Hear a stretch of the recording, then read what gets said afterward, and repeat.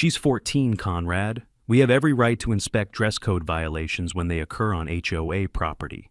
That was Celeste Hardwick, Ash Grove Hollow's self-appointed enforcer of community decency and the HOA's standards officer. She stood outside the women's changing room at the clubhouse, her arms folded, clipboard pressed like a weapon against her chest.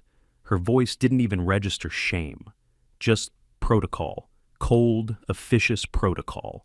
I didn't say a word, not at first, just kept my eyes on the clubhouse door my daughter had locked behind her. Seconds ago, Mira had walked in after swim practice. Seconds later, Celeste followed. No knock, no permission. Just a clipboard, a half smile, and silence. You do understand that room isn't under surveillance, she added, as if she were educating me. But I do have visual discretion as a board member. This is about maintaining standards. I turned, slowly. The magnetic ID log pings every override in that wing, and I know exactly who has access. You're not on that list. Her face twitched. For everyone watching, if you've got daughters or nieces or anyone you care about, subscribe now. You need to know how bad it gets before the lawsuits even start. Because trust me, they don't expect you to fight back. They expect silence. My name is Conrad Vesson. I've taught digital privacy law for 17 years. I've built forensic software that your kids' schools probably use. I've also testified before state legislatures about what counts as a privacy violation involving minors. And now I live in Ash Grove Hollow, a community with cameras on every light pole, a 67-page presentation code, and a woman named Celeste Hardwick who once suspended a boy for wearing SpongeBob swim trunks. But this wasn't about trunks anymore. This was about Mira. I didn't move to this neighborhood for the amenities. I moved here because the pool reminded Mira of where her mother used to take her before chemo. My wife, Alina, chose this community for the walking trails, the calm, the illusion of safety. She made me promise, before the final hospital stay, that Mira would still have space to breathe, space to grow, somewhere she could belong without being constantly watched or corrected. And now, a board member had followed her into a changing room. Mira hadn't even said a word when I picked her up. Her hands were shaking. She was wrapped in her towel, her suit still damp. All she said was, she walked in. I hadn't finished changing. That's it. No emotion, no tears. Just that flat, stunned statement. The clubhouse hallway felt colder than outside. The industrial lights buzzed. Celeste didn't flinch. We're trying to prevent impressionable displays, she said. There have been complaints about certain teens, your daughter included, wearing revealing attire that makes others uncomfortable. Define revealing. It's outlined in Clause 3.9.4b. From 1991, I said flatly. Never updated, never ratified. That clause governs signage near the pool deck, not surveillance, not minor inspection, and definitely not board member access to a gendered changing room. She blinked. That was the tell. She thought she could bluff through this like she always had. I stepped forward. I want the override logs, the full list of badge scans from 3DOS to 312. If I don't have them by morning, I'll file a subpoena for digital access through circuit court, and I'll inform the HOA's insurer that this now constitutes potential litigation involving a minor. Are you threatening me? No, I said, smiling thinly. I'm protecting my daughter. She started to respond, but the hallway door clicked open behind us. Mira stepped out. Fully dressed now, hoodie zipped to the neck, her arms crossed so tightly her knuckles were pale. She didn't look at Celeste, only at me. Can we go? I nodded and put my arm around her. Celeste didn't say another word. She didn't have to. I'd seen enough. I was going to expose every board meeting decision she'd buried, every parental complaint she'd brushed aside, every time she'd used her badge to make a kid feel ashamed. And I wouldn't do it through a court filing. I'd do it where it would hurt her more, in public, on record, with evidence. Because Ash Grove Hollow was about to learn what standards really meant. I didn't sleep that night. Mira curled up on the couch with the dog and fell asleep by 10. But I stayed up in my office with a cup of coffee gone cold, staring at my HOA's digital archive portal. Celeste's violation wasn't just disgusting, it was strategic. She knew exactly how to operate within the lines of plausible deniability, exactly which policies were outdated enough to weaponize, and exactly how many parents had already backed down. I typed in my login credentials and pulled up the last 5 months of community standards violation notices. Ash Grove Hollow's portal was divided into categories: landscaping infractions, pet leash complaints, unsanctioned decor, and under the most insidious section, presentation code warnings. It was the only section that included attached photos. I clicked through them in a growing blur of rage. Young girls photographed from behind at the community pool, dress straps zoomed in to pixel-level scrutiny, swim shorts circled with red digital ink. None of these violations involved behavior. They were all visual, the kind of surveillance that would have raised flags in any corporate HR setting, and each report carried the same signature: C. Hardwick. She was targeting children, mostly girls, some as young as 11, each listed by household unit, not by name. But the image timestamps and descriptions made it easy to identify who was who. Most of the reports had been formally acknowledged and quietly closed, which meant parents had likely chosen not to fight it. I opened Mira's file. It had been filed the same day we moved in. She'd worn a white tank top and denim shorts to the mailbox. Overexposure of undergarment straps, the note said. Repeat education recommended. I hadn't even seen the notification back then. They must have buried it under the automated welcome messages. When I closed the file, my inbox pinged. A new violation had been posted to our household account. This one titled, Major Non-Compliance Clubhouse Attire. And there it was again, Clause 394B, invoked like gospel. No attached image this time. Just Celeste's typed description of Mira's outfit. And a warning that repeat offenses may result in revocation of facility access for minor residents. I sat back in my chair, numb. Not only had she followed my daughter into a changing room, she was already building the paper trail to exile her from the neighborhood spaces. My phone buzzed. It was a group text from the neighborhood parent board, mostly moms, usually full of bake sale announcements and passive-aggressive emoji fights over dog waste bins. But this time, one line stood out. Did Celeste follow your kid into the locker room too? The message came from a number labeled only Cora L., Elm 312. I didn't know her well, but I recognized the house.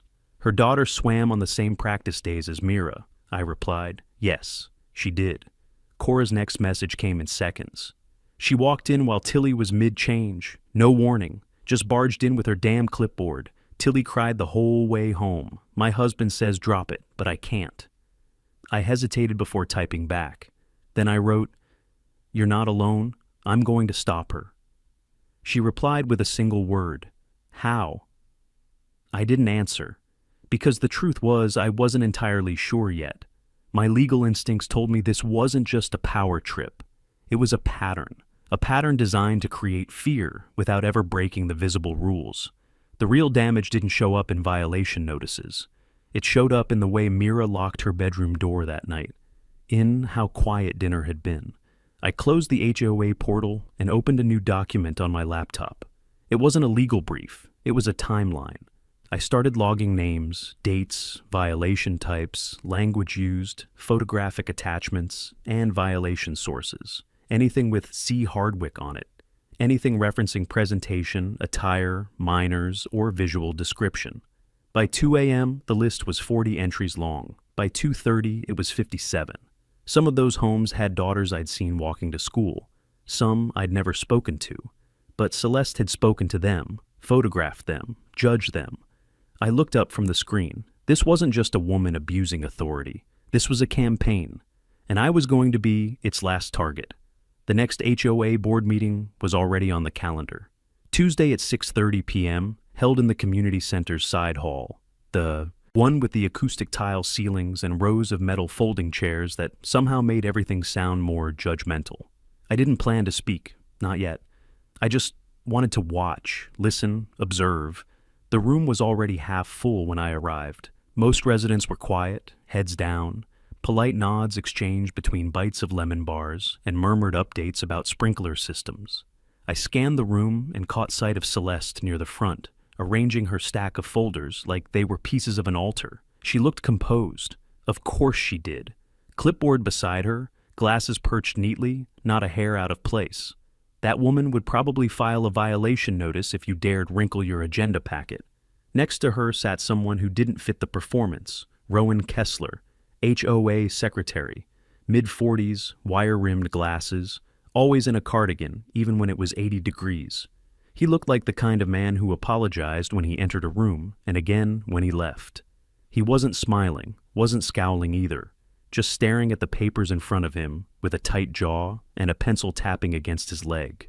When the meeting started, it was the usual parade of drudgery. Landscaping contracts, noise complaints, someone asking whether the dog park fence could be repainted. But I wasn't really listening until Celeste cleared her throat and introduced a new protocol edition for minor attire expectations at shared facilities. A few parents shifted in their chairs, someone whispered. Celeste continued. We've had increasing concerns regarding underage residents failing to adhere to existing community standards, particularly at the clubhouse and pool. Rather than restricting facility access outright, we are proposing a structured awareness review for minor residents demonstrating repeated non-compliance. Rowan looked up at her sharply. That's not the language we agreed on. Celeste didn't even flinch. It's been updated for clarity. His pencil stopped tapping. I'd like to motion that the board formally adopt the review policy, effective immediately, she added. That was when a woman in the back stood up. Cora. My daughter was followed into the changing room, she said. No preamble, no build-up. Just pure, steady ice. Last week, by Ms. Hardwick. The room shifted, Celeste's head tilted slightly. That's a serious accusation, she said smoothly. You may want to clarify before implying misconduct. I don't need to imply anything, Cora said. Tilly told me. Same clipboard, same timing, and you filed a violation the same day. Celeste smiled. I'm afraid those matters are confidential. Rowan looked ill. Another mother stood up. Same thing happened to Ava. Then another. And Mackenzie. The temperature in the room changed. The air got heavier. Celeste's lips parted, but no words came out. Then Rowan spoke. I wanted on the record that I oppose this language, he said quietly, and that I have concerns about procedural violations involving privacy zones and surveillance policy. The last override request was unsigned and backdated. Celeste turned to him. Rowan, we discussed that. No, he said. You sent it. I didn't sign it, and it bypassed the review log. I leaned forward, heart pounding. That was it. The crack. After the meeting adjourned, most parents gathered in quiet huddles. Celeste disappeared before I could approach her, but Rowan lingered near the sign-in sheet, gathering leftover pens like he had nothing better to do. I walked over. You didn't have to speak up. He didn't look at me. I should have said something sooner, he muttered. She's been doing this a while. Rowan nodded. She's careful. Never leaves a trail unless she thinks no one's watching. You've seen the logs? He hesitated. Some of them. Enough to be uncomfortable. Then help me, I said. I don't need a crusade. Just proof. He looked around the emptying room. His eyes finally met mine. Meet me tomorrow, he said. After work. I'll bring something. Then he left without another word. And just like that, the first wall fell. The notice arrived the next morning. Certified envelope. Hand-delivered by the HOA's seasonal intern, who looked more embarrassed than official. I opened it at the kitchen counter while Mira buttered toast behind me. She didn't ask what it was. She just watched my hands tighten around the paper. Due to your household's continued non-compliance with Ash Grove Hollow community standards, specifically Clause 3.9.4b, and failure to engage in cooperative remediation, all minor residents associated with your address are hereby restricted from using the clubhouse, pool, and associated facilities for a minimum period of 30 days. 30 days. They were banning my daughter from the one space that reminded her of her mother, from the one place she felt remotely normal again, and they had the audacity to write it like we were the ones out of line. Mira didn't say anything, just took her toast and disappeared down the hall. I stared at the letter until the words blurred. Then I walked straight to my office and powered on the server I hadn't touched in 3 months. The one I used for network audits back when clients still paid me to chase data trails for corporations too lazy to read their own code. I opened up a clean sandbox instance and loaded the surveillance policy documents from Ash Grove Hollow's online database. According to the HOA's own posted policies, all facility badge access was logged through a third-party system. Halyard Secure ID, not proprietary, not internal, which meant Celeste didn't have unregulated admin access, even as a board officer. Any override, any manual entry, any badge forced unlock, it all required an escalation request through Halyard's encrypted audit trail. And she had bypassed it. Rowan had said so himself. Backdated request, unsigned, slipped through the system like she thought no one would ever question it. I opened the Halyard Systems portal and requested my household's facility log. Standard policy said residents were entitled to access their own scan history under Oregon's digital access laws. I submitted the request, included the HOA violation letter for context, and flagged it with a privacy complaint tag. Then I sat back and waited. I didn't have to wait long. 3 hours later, I got a response. Not just the log, but a courtesy call from Halyard's compliance officer, asking if I'd be available for a follow-up interview should their internal audit trigger review. I told her I'd clear my calendar. The log showed my household keycard, Mira's badge, had been scanned into the clubhouse at 3:06 p.m. the day of the incident. One clean entry. The digital signature was clean, untampered. Celeste's badge, however, was manually entered at 3:00 to 8 p.m. No scan, no physical entry log. It had been added through the admin panel, which required a secondary sign-off. That sign-off was missing. I pulled the metadata. It wasn't just a backdoor override. It had been performed under the alias guestboard99, a placeholder ID used for test environments, a sandbox account, one that wasn't supposed to exist on the live server. My stomach twisted. She didn't just break protocol, she used a legacy account to ghost herself into the record. It wasn't a mistake, it was calculated. I printed everything, logged each file hash, and time-stamped my own access trail. Legally admissible, verified. The clubhouse had cameras at the entrances. No interior footage, of course. Privacy zones prohibited that. But there were 2 external angles I could request from the facility's desk: North Corridor and the pool gate exit. If I could prove she never scanned in, never used her physical badge, then her only defense would be to claim she'd been granted verbal access. But with the digital override logs, that defense would crumble. This wasn't just surveillance abuse anymore. It was unauthorized system tampering, and it was the first time I realized what I was holding wasn't just a violation file. It was a liability bomb, one that could rip through the HOA's insurance policy, its operating budget, and Celeste's personal exposure. And it all started with one silent entry. Mira walked into my office around 4 p.m., holding her sketchbook like a shield. "They banned me, right?" I looked up. "Yeah." She nodded, not surprised. "Can we fight back?" I reached for the printed log, the stack of files beside me already forming the base of something much bigger. "We already are."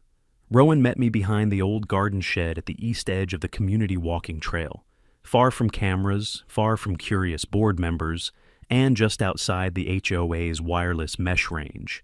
He didn't bring a folder. He brought a USB drive. "I encrypted it twice," he said, pressing it into my hand. "If they ever audit my terminal, it'll just look like junk code from a design project." I nodded. "What's on it?" "Admin-level system logs, including Celeste's override history. The one she used for Mira's entry wasn't her first." My stomach tightened. I had suspected as much, but hearing it from him, here, off-grid, made it real. "How long has this been going on?" "At least a year," he said. "Longer if you count the verbal inspections she used to do before the keycard system was installed." "Why didn't you stop her?" He looked away. "Because I didn't want to be the one who blew it all up.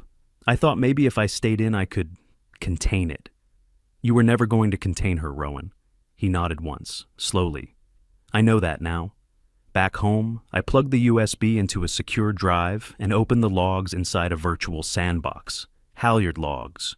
Raw XML. Time-stamped, IP-tagged, all tied to Celeste's board login.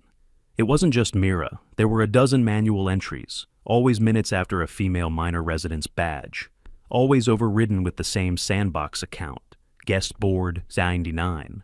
Each entry timestamp matched violation reports from Celeste's complaint archive. One pattern stood out immediately. The entries only happened when Celeste was on shift at the clubhouse alone. Her name wouldn't appear in scan logs. But the override log betrayed her. showing exactly when she ghosted herself in after a girl had entered alone. She was stalking, digitally, physically, systematically.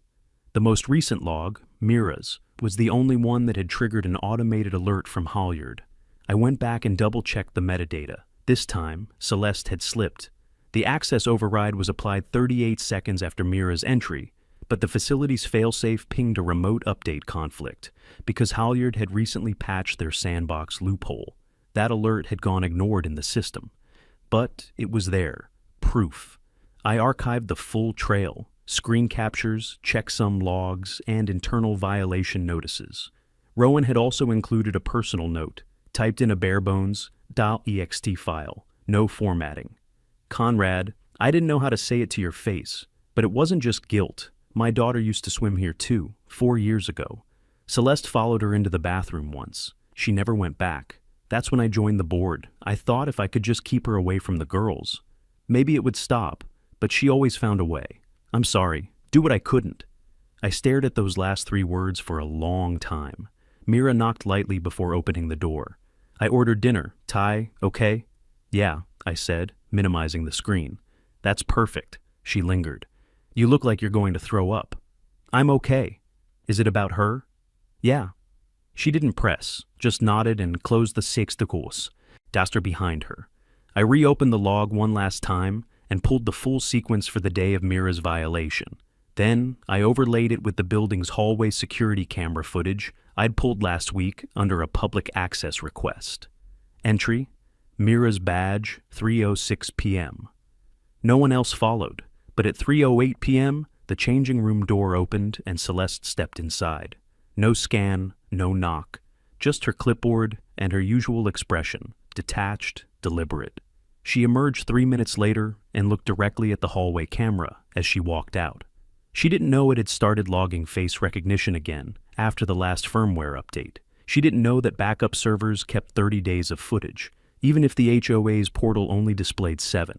And she had no idea that someone like me, someone who helped write those firmware rules, lived 3 blocks away from her clipboard kingdom.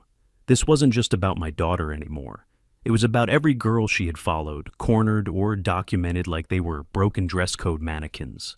Every family that had been too overwhelmed, too ashamed, too unsure how to push back. I wasn't unsure anymore, and the evidence was no longer buried. It was archived, verified, matched. It was ready. The next time Mira asked to go to the pool, I told her no. She didn't argue. She just shrugged, pulled her hoodie tighter, and went back to her room. She wasn't asking because she wanted to swim. She was asking to see if it was safe, if I was ready. And I wasn't. Not yet. The evidence was in place. The override logs, the time-stamped footage, the violation history, all layered and cross-referenced in a way that could survive any legal audit. But facts alone wouldn't be enough. Not in Ash Grove Hollow, not when half the board treated Celeste like she was doing them a favor by keeping the wrong kind of influence out of community spaces. They didn't need more files. They needed pressure, public, undeniable human pressure. So, I started calling. The parents from the meeting, Cora, the one who spoke up, Elena from Maple Row, Jenna and Maurice from Unit 19. I didn't come at them with anger. I didn't ask them to testify or go public. I just asked for their stories, quietly, one-on-one. Cora told me about how her daughter Tilly started changing in the car after every swim meet. Elena said her niece cried when Celeste snapped a photo of her at the mailbox, claiming she was monitoring attire near shared spaces. Maurice admitted he'd filed a complaint 6 months ago when his twin daughters were both hit with violation notices on the same day, one for inappropriate neckline, the other for excessive exposure of calf. They'd all tried to push back. One email here, one phone call there, but the system wore them down. Replies took weeks, follow-ups were brushed off, and the more they resisted, the more citations they received. Celeste didn't just weaponize the rules, she wore people out with them. Slow, steady, smothering pressure. But now the pressure was building in the other direction. I cataloged each incident, time-stamped their violation letters, and began building a profile pattern. The language was nearly identical across each report. Same phrases, same accusations, same conclusion. Behavior inconsistent with Ash Grove Hollow's presentation code. Sometimes she added, Parental awareness encouraged. Other times she marked them pattern developing. It read like a script, and I was going to expose it. But what pushed everything over the edge wasn't a report or a log. It was Mira. I found her that evening in the garage, standing in front of a box she hadn't touched in months. Inside was her mom's old beach bag, still packed the way Alina had left it before the last hospital stay. Flip-flops, goggles, sunscreen, a half-used bottle of hibiscus-scented body wash. Mira was holding a swim cap in her hands like it was glass. She used to sit right at the corner edge, she said, her voice small, right where the sun came through the railing. She said that was the perfect place to warm up before diving in. I didn't say anything. I think if I go back, Mira added, it won't just be her I think about anymore. It'll be her and that woman in the same room. The words hit me like a gut punch. I crouched down beside her. We're going to fix that? We're going to make sure no one ever has to remember her face in that place again. Mira looked at me. How? And I realized the last step had just arrived. Emotion. The violations, the override logs, the sandbox account abuse, they were digital trails. But this was the human cost. This was what I needed people to feel, not just in court or in a hearing, but in their stomachs, in their kids' voices. I sent an encrypted file to Joanna Price the next morning. She wasn't just a local journalist. She was a mother of two and had written a feature last year about a public school administrator caught abusing surveillance protocols on student devices. Her reporting was airtight, ethical, ruthless when it had to be. My message was simple. What Celeste Hardwick did at Ash Grove Hollow is bigger than HOA abuse. It's a surveillance story, a parental trust story, and I have proof. Her response came within 2 hours. I'm listening. Let's talk. We met in the corner booth of a coffee shop outside the gates of Ash Grove Hollow, neutral territory. Joanna Price didn't waste time with small talk. She slid her phone into a signal-blocking pouch and opened her laptop without looking up. Let's see it, she said. I handed her a flash drive, encrypted, time-locked. Redundant backups already existed in 3 locations. She opened the folder and started scrolling. Her expression didn't change, just the occasional squint or purse of her lips. Override logs, violation notices, archived badge scan records. Halyard silent, ping from Mira's incident. Everything layered in a neat, prosecutable timeline. This isn't HOA drama, she said. This is digital stalking with traceable intent. I need it public, I said, not just legal, visible. Parents need to know what she's doing before she spins another policy about community decency. Joanna tapped her finger against the table. She'll deny it. Probably say she was acting under her board authority, that the override logs were a system glitch. You'll get buried in language about interpretive clauses and internal standards enforcement. I know, that's why I have something else. I pulled out the second drive. This one held the testimonies, Cora's, Elena's, Maurice's. No faces, just audio. Distorted voices, scrubbed metadata, time-coded to the corresponding violation files. Joanna listened to one, then another, then closed her laptop slowly. Has the board seen this? No. Do you want them to? Not yet. She nodded. You'll get your article, but I want it clean, verified, and I want to include her response before publication. Fair. Give me 3 days. I left with my heart pounding harder than when I had sent in my first federal brief, because now it was no longer mine. It was hers. And Joanna didn't do soft exposure. She did fire. That night, Rowan called. I saw the new violation list, he said. 2 more girls. Exact same wording. She's trying to build noise, I replied. Drown us in volume before the story drops. She asked me to help reword the clause into a new amendment. Said she wants to push it through before summer break. She's panicking. Yeah, but I'm not helping her. And there's something else. His voice dropped. I went into the maintenance terminal. You said you wouldn't touch admin tools again. I didn't log in, he said. I just watched. I saw her use the sandbox account in real time today. She didn't know I was in the server room. She was preparing another override, except this time it was before the girl entered. What? She was planning the violation before it happened. Conrad, she's preloading entries. I stood from my desk. My knees felt weak. Did you document it? I screen recorded the cue, Timestamps, IP routes, her login. I have it all. I'll send it tonight. Don't email it. Drive it to me. Already on my way. Rowan arrived 30 minutes later. No envelope, no USB, just his laptop. He sat at my dining table and showed me the raw file, Celeste's session window open on the community terminal, her cursor hovering over a field labeled expected violation, pending visual confirmation. She had typed in a name, a time, a wardrobe guess. The girl hadn't even entered the building yet. She's not documenting what she sees, I said. She's writing scripts. Rowan nodded. That's when I knew I couldn't pretend anymore. You already did enough. No, he said quietly, but I'm ready to do the rest now. The next morning, Joanna texted, confirming public records request has been filed. Halyard logs are officially under independent review. Also, we're running the story with quotes. She has 48 hours to respond. I read the message twice. It was no longer about preparing. The counterstrike had begun. Celeste knew something was coming. You could see it in the way she carried herself. Still upright, still smug, but her steps had a stiffness now. Like every inch of control she'd clutched for years was slipping beneath her heels, and she didn't know where the cracks would come from. She doubled the HOA bulletin output overnight, updated signage, pushed a youth behavior awareness campaign through internal email. She started citing a rise in disrespectful attitudes in her notes.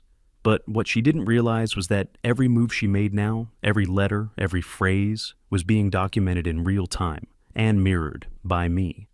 I'd built the hub. Using a private server and some front-end tools I still had licenses for, I created a hidden microsite. Encrypted access, password protected. Each HOA household I trusted got a unique login. No usernames, just QR code badges, printed and sealed in nondescript envelopes, hand-delivered by Mira and me over the weekend. Inside the portal was everything. Violation notices, time-stamped override logs, the silent hallway footage Celeste didn't think existed, blurred audio clips of girls describing how they were followed, watched, written up, Rowan's screen recording, each file backed by raw metadata and simplified summaries, updated daily. It wasn't just a leak. It was a library, a living archive designed to outpace Celeste's gaslighting and bureaucratic sludge. And then there was the second layer. Commentary threads. Anonymous. Verified only by badge key. Residents could share their stories. Unfiltered, unmoderated. No names, no punishments. Within 12 hours of launch, 13 entries were posted. 2 of them were from teenagers. One described crying in a bathroom stall after Celeste inspected her locker choices. Another said her mom warned her to just smile and wear a jacket to avoid more HOA trouble. But the post that hit me hardest came from someone in her 70s. I've lived here since Ash Grove Hollow opened. We created this neighborhood to feel safe, but I've watched it turn into something policed. My granddaughter came to visit once. Celeste followed her with her eyes for 5 whole minutes at the pool. She never came back. I never said anything. Until now. By the end of the day, over 50 households had logged in. The data was no longer evidence. It was oxygen. Joanna was ready. She sent me the draft article Tuesday evening. It was titled, What Happens When Power is Unchecked? Inside a Suburban. HOA's Surveillance of Minors. It opened with Mira's story, but anonymized, then expanded to cite Halyard's audit trail, the preloaded violation logs, and the software manipulation of guest admin accounts.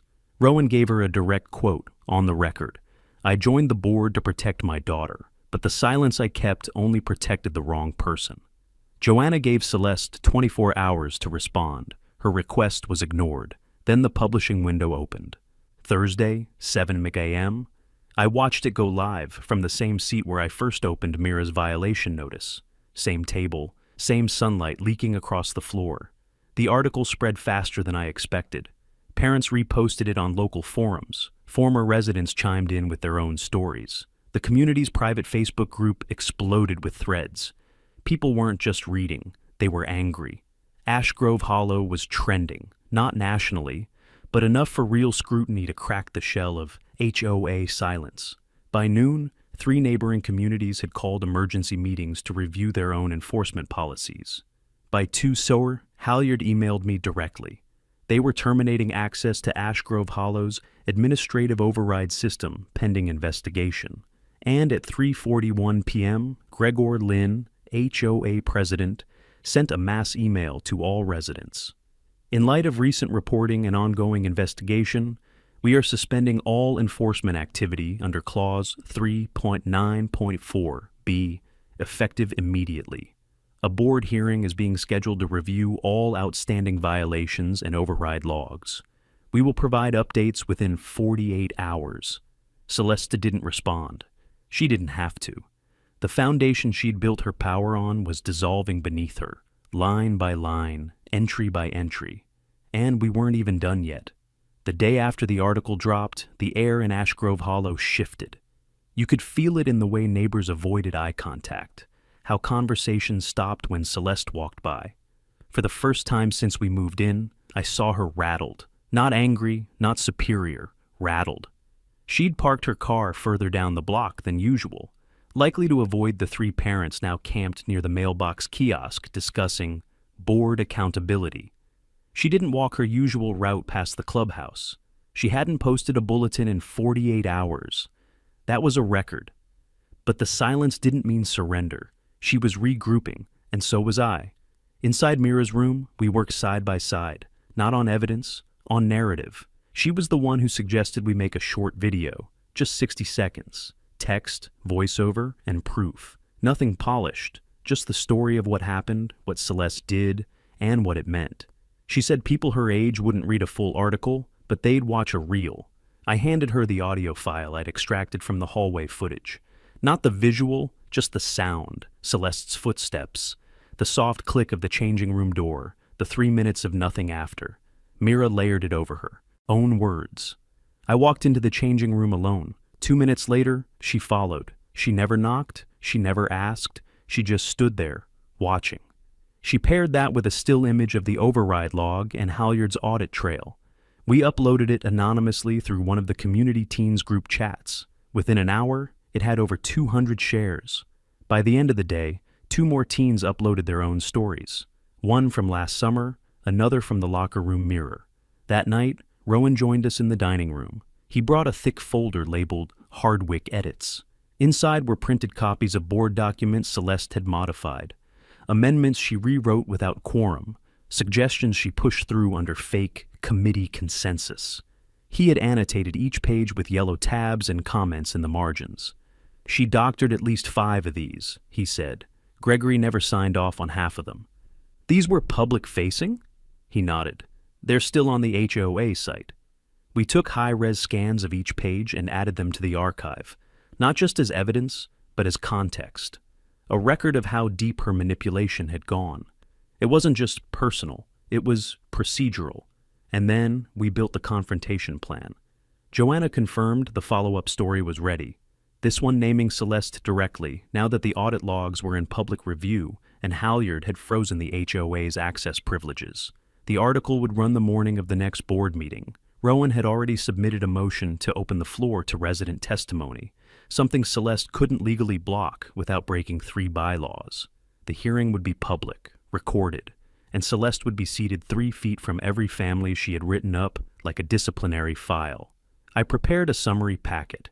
Mira's story, violation metadata, entry log overlays, the screen recording of the pre-written infraction Celeste had cued before the child even arrived. Rowan prepared a statement of his own. I want her resignation on the record, he told me. No exit spin, no reassignment. She won't go quietly. She won't have a choice. That night, Mira sat on the porch with me, under a sky too quiet for how loud the day had been. She didn't say much, just leaned into my side, sipping tea like we weren't carrying the weight of a community's reckoning on a single USB drive. Are you scared? She asked. I thought about it. No, not anymore. I was, she said, but not now. And I believed her. Because for the first time, she didn't have to hide. She didn't have to change outfits in the car or wonder who was watching. She'd told the truth, and she had been heard. The prep was done. The truth was public, and the next time Celeste tried to speak, she'd have to answer for all of it. The room was packed, not just filled, packed. Standing room in the back, parents shoulder to shoulder, kids sitting along the wall in matching swim team hoodies. Someone had brought a portable speaker just outside the building, where more neighbors listened through the open windows. It didn't look like a homeowners board meeting. It looked like a hearing. Celeste walked in 10 minutes early. She wore her usual cream blazer, pressed slacks, that clipboard tight against her chest like a bulletproof shield. But she wasn't wearing her name badge, and she didn't look at anyone. Gregor Lynn, the HOA president, called the session to order with a dry throat and a trembling voice. The agenda had only one item: review of presentation code, enforcement and override authority. Celeste tried to speak first. "I'd like to begin by clarifying. You'll be heard during board response," Gregor cut in, "but the floor opens with community statements." She blinked, a tiny, barely there flinch. She hadn't expected to be sidelined in her own domain. Cora spoke first, calm, precise. She described how her daughter stopped using the clubhouse entirely, how her violation notice included a fabricated quote her child never said. Then Elena, who read a statement written by her niece. "I never thought adults could be this creepy. I thought only kids were cruel." One by one, they stood. Fathers, mothers, even a few of the teenagers. Every voice added weight. Every minute of testimony stacked another brick against the fortress Celeste had built, with policies and plausible deniability. Rowan went up last. He placed a printed packet on the table. "This contains the override logs Celeste Hardwick executed without proper authorization," he said. "Multiple instances, all bypassing Halyard protocol, using a sandbox account no other board member had access to. It includes preemptive violation drafts, entries created before the child even entered the facility." Celeste opened her mouth, but he didn't stop. "Additionally, attached are internal communications she submitted for policy revisions, documents that were posted publicly but never passed formal vote. She misrepresented committee consensus. She enacted enforcement protocols that had no legal standing." Someone gasped near the back. Rowan turned to the room. "I joined this board 4 years ago to protect my daughter, but I failed to protect yours. This is me correcting that failure." He stepped down. Silence followed. Then Gregor called Celeste forward. She didn't rise immediately. When she did, she looked smaller. Her words came fast, clipped. "All of my actions were within the spirit of our bylaws. Enforcement of standards is never popular, but it is necessary. Any administrative irregularities were technical errors, not misconduct." "Did you use the sandbox override account on May 4th? Gregor asked. She hesitated. "I accessed the system under a guest ID when the board portal was lagging." "Did you file a violation report before the minor in question entered the facility?" "That's taken out of context. I anticipated—" "Did you override access to a locker room without a second sign-off?" She paused longer this time. "I was fulfilling my responsibility as standards officer." Gregor placed a copy of the Halyard audit on the table. Then another, the public resignation letter of a former board member from the year before, citing pattern discomfort around Celeste's methods. No one had paid attention to it then. Now it sat like a nail in a coffin. "We will now vote," Gregor said. "All board members in favor of Celeste Hardwick's immediate removal from her position say, 'Aye.'" Rowan's voice was the first. "Aye." Then 2 others. "Aye." Gregor raised his hand last. "Aye." Celeste's clipboard dropped onto the table with a sharp crack. She didn't speak.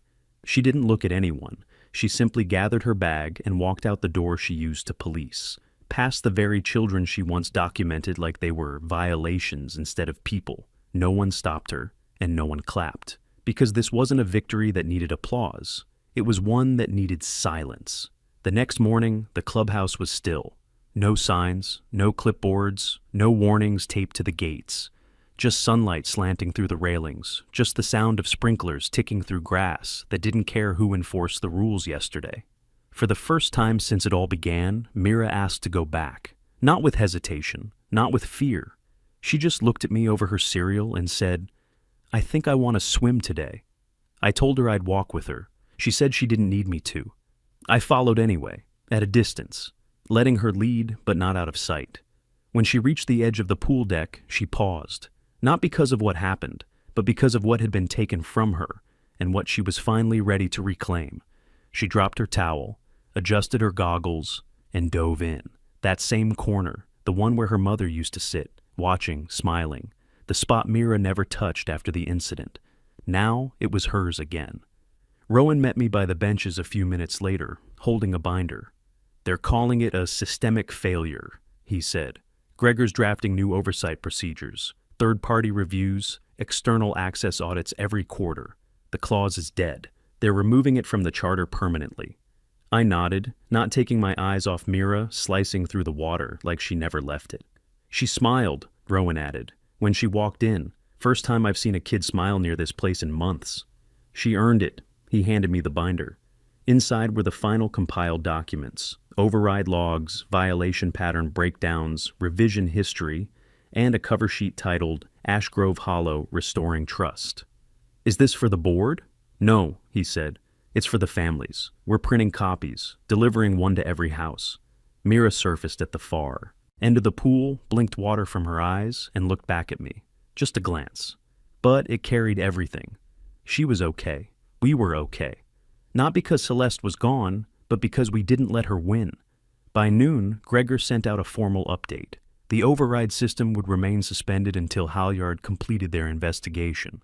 A new community safeguards subcommittee was being formed, parent-led, youth-advised, no enforcement privileges, just oversight and voice. Mira's name was on the first list of youth advisors, volunteered by her. She said she wanted to make sure no one ever felt what she did. Not again. Not here. Joanna's follow-up article ran that afternoon. The headline was simple. "The clipboard is gone. Ash Grove Hollow is watching itself now." It ended with a quote from Mira. "You think you can't say anything because no one will believe you, but once one person does, the whole silence starts to break." That evening, people stopped me on the walking trail. Not for drama, not for gossip, just to say thank you. Some of them had stayed silent. Others had spoken up and been ignored. Now they were seeing what truth looked like when it had teeth. Celeste hadn't spoken a word publicly since the meeting, but a "for sale" sign appeared on her lawn 2 days later. No one touched it. No one egged her house. Ash Grove Hollow wasn't angry anymore. It was clean. And it wasn't just because of what we'd removed. It was because of what we'd rebuilt, together, line by line, policy by policy, story by story. By the end of the week, the pool had more kids than I'd seen in a year. No one scanned badges anymore. The cameras were still there, but now the logins were transparent, parental co-access enabled, everything traceable, everything accountable. Mira stayed in the water for almost 2 hours that day. When she finally climbed out, she didn't rush. She didn't wrap up or duck her head. She just walked to her towel like the ground beneath her belonged to her again. And it did. That corner of the deck, her mother's corner, had sun again. Not because someone allowed it, but because we took it back. Together. I didn't expect the HOA to change as quickly as it did. Institutions like this usually drag their feet, bury complaints, pretend nothing happened. But Ash Grove Hollow didn't bury anything this time. It surfaced it, loudly, collectively, without hesitation. The reforms rolled out over the next 2 weeks. Transparent access logs, a parent-chaired oversight committee, youth representation at every policy review, mandatory dual authorization for any future enforcement involving minors, and every outdated clause, including 3.9.4b, was struck from the charter and archived in a section titled Retired Provisions. Do not reinstate without legal counsel, not hidden, retired, visible proof of what went wrong and how it would never happen again. Rowan and I stood in the community center during the first open workshop, where families came to help redesign the code of conduct, this time as participants, not subjects. Mira sat at a folding table with 3 other teens drawing a new layout for the locker rooms. Wider stalls, privacy panels, doors that opened outward for safety. Nothing extravagant, just functional, humane. She spoke with confidence. She pointed to diagrams. She questioned airflow and line-of-sight angles like she'd been doing this her whole life. It was the first time I'd seen her talk about the clubhouse without her shoulders tensing. "We're including an emergency call strip," she said to the subcommittee head. "One you can tap from inside the stall, not an alarm, just a silent ping to your parents' phone." The woman nodded. "That's smart. We'll add it." When Mira glanced back at me, she didn't look like a kid trying to feel safe again. She looked like someone rebuilding the place that hurt her. Rowan approached with a stack of printed packets under his arm. "I've been asked to lead the new safeguards subcommittee," he said, almost sheepish. "Gregor thinks residents trust me now." "They do," I said. He exhaled, as if the last of the guilt finally released. "You know, I kept telling myself I was protecting my daughter by staying quiet, but I wasn't protecting anyone, least of all the girls she targeted." He paused. "Thank you for not letting it stay that way. It wasn't just me." He shook his head. "It wouldn't have started without you." Kids splashed outside at the pool. Parents chatted along the fence. The corner where Mira always avoided now held 2 new benches, donated by families, engraved with the words, "For healing, for safety, for every child who needed better." That spot had changed. It didn't belong to fear anymore. It belonged to all of us. Later that evening, Mira and I walked home under the fading orange sky.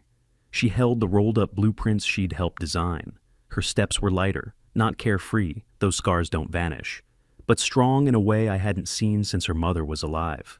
"You okay?" I asked. "Yeah," she said. "I feel different." "How?" She thought for a moment. "Like something that was broken isn't broken anymore, just rebuilt." I smiled. That's exactly what happened. We reached our driveway when she stopped suddenly. "Dad?" "Yeah?" "If this happens in other neighborhoods, can we help them too?" The question hit me harder than any violation notice ever had. "Yeah," I said quietly. "We can." Because Ash Grove Hollow wasn't just a story of exposure. It was a blueprint of what happens when communities speak, when parents stand up, when kids refuse to be silenced, and when people who once felt powerless discover what they're capable of together. Before we went inside, I set my phone down on the porch railing and recorded a quick message for the community forum and for anyone, whoever needed to hear it. If you're watching this, remember, silence only protects the person causing the harm. Speak, document, stand together, and if you've lived anything like what we lived, share your story. It matters.